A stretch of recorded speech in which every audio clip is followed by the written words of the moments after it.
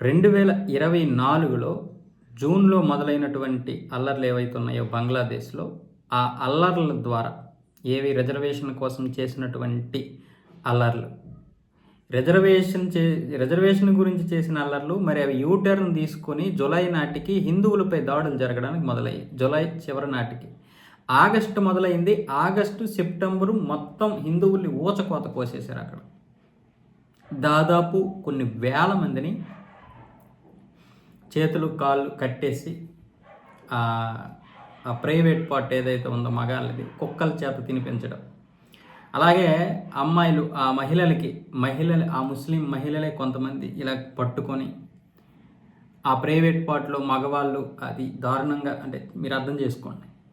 అలాంటివి జరుగుతున్నప్పుడు, అవన్నీ వీడియోల రూపంలో వచ్చినప్పుడు, సరే కొంతమంది సెక్యులర్వాదులు ఎలాగో మన దేశంలో ఈ సూడో సెక్యులర్లు, ఈ కుహనా మేధావులకి కనిపించవు, కనిపించినా అవి వాళ్ళకి ఎంతో కొంత ఆనందాన్ని ఇచ్చే విషయమే తప్ప బాధ కలిగించే విషయం అయితే కాదు.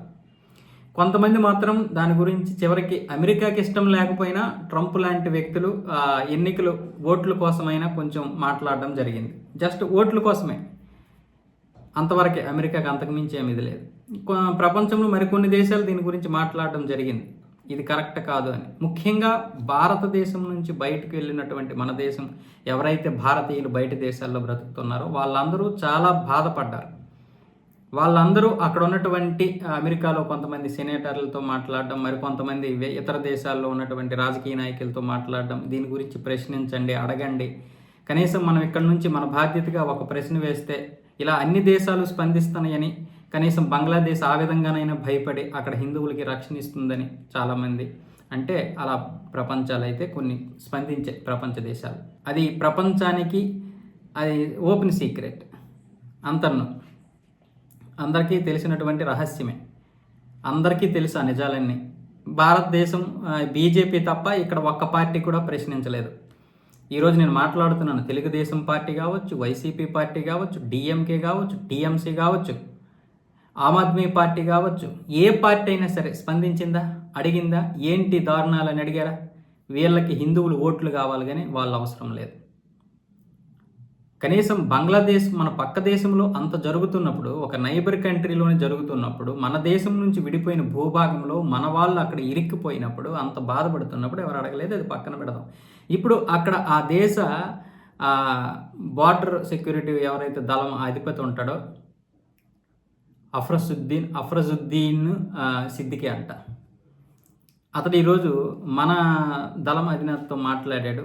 మేము బంగ్లాదేశ్లో ఏ రోజు మీరు అనుకున్నట్లుగా దాడులు జరగలేదు, హిందువులకి ఎటువంటి దాడులు జరగలేదు, హిందువులపై ఎటువంటి దౌర్జన్యాలు చేయలేదు, హిందువులకి ఇంకా మేము దుర్గా పూజ అప్పుడు సహకరించాము, వాళ్ళకి అవసరం లేకపోయినా భద్రతని కల్పించాము, వాళ్ళు మాపై దాడులు జరుగుతున్నాయి అన్నప్పుడు అక్కడ నిజంగా జరగకపోయినా కూడా మేము వాళ్ళని ఆదుకున్నాము, మా వల్ల ఏ తప్పు లేదు, కానీ ప్రపంచం ముందు మమ్మల్ని ఒక దోషిగా నిలబెట్టారు, మమ్మల్ని ఒక విలన్గా చిత్రీకరించారు, ఇది ఎంతవరకు కరెక్ట్ అంటూ తిరిగి భారతదేశాన్ని అడుగుతుంది, ప్రశ్నిస్తుంది.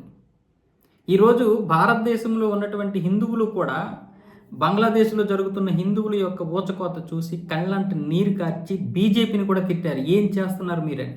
నిజానికి లోపాయికారంగా మోదీ కావచ్చు, అమిత్ షా కావచ్చు, చాలామంది చాలా రకాలుగా చాలా హెల్ప్ చేశారు, వాళ్ళు చేయాల్సిన ప్రయత్నాలు చేస్తూనే ఉన్నారు. అయినా కూడా జరగాల్సిన నష్టం జరిగిపోయింది. సరే, ఇప్పుడు షేక్ హసీనా వాళ్ళు ఏమైనా చేసుకొని మనకు సంబంధం లేదండి. సరే, షేక్ హసీనా మన దగ్గరికి వచ్చింది కాబట్టి మనం రక్షించాం. ఈవిని రక్షించడం వల్ల కూడా చాలామంది అక్కడ హిందువులు బలైపోయారు, అదొక మన దరిద్రం. వాళ్ళని రక్షించడం కోసం కూడా ఈరోజు మనల్ని మనం కోల్పోయాం, మన హిందువులు మనం కోల్పోయాం చాలామందిని. ఒక వ్యక్తి ఒక హిందువుని చంపేస్తే అక్కడ ఆ కుటుంబమే నాశనం అయిపోయినట్లు కదా. ఆ కుటుంబం పైనే మాత్రమే కాదు, అక్కడ ఉన్నటువంటి ఆ హిందూ సమాజం మొత్తం మీద దాని ఎఫెక్ట్ పడుతుంది కదా.